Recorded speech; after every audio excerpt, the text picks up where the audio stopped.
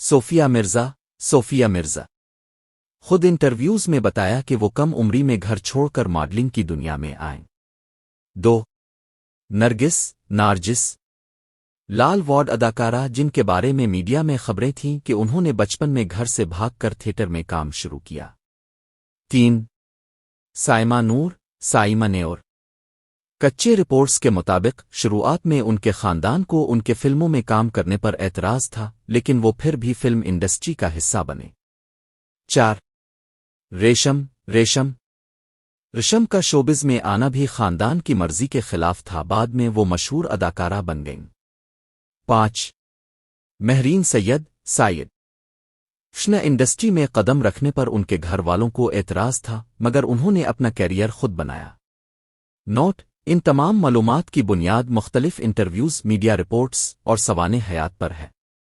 کچھ تفصیلات ان اداکاراؤں کی ذاتی زندگی سے جڑی ہو سکتی ہے، جن کا مقصد صرف معلومات دینا ہے، نہ کہ کسی کی دل آزاری۔